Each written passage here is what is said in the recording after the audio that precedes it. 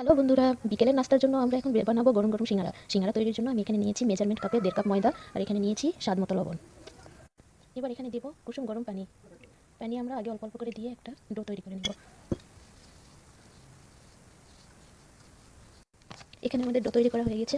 আমরা এখন এটা 10 মিনিটের জন্য ঢাকা চাপা দিয়ে রেখে দেব। 10 মিনিট এখন আমরা এটা রেস্টে রেখে দেব। এখন আমরা সিঙ্গারাটা তৈরি করব। তার জন্য আমরা এখানে এই যে দেখেন, সিঙ্গারা তৈরির জন্য এখানে এখন রুটির মতো করে নিয়ে এখন বেলুনি দিয়ে বেলে নিব। সিঙ্গারা তৈরির জন্য দেখেন আমি এখানে সিঙ্গারার যে ইয়েটা সেটা করে নিয়েছি। এখন এর ভিতরে দিয়ে দিব সবজি।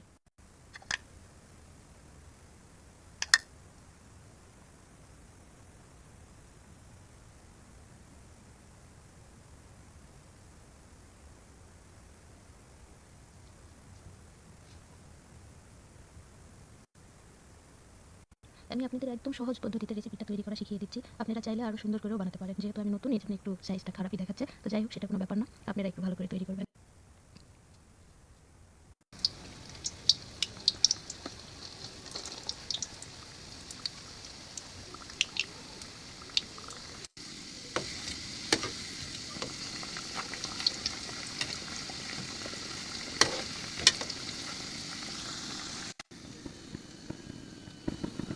তো হয়ে গেল আমার গরম গরম সিঙ্গারা। আপনারাও বাসায় এরকম করে ট্রাই করতে পারেন।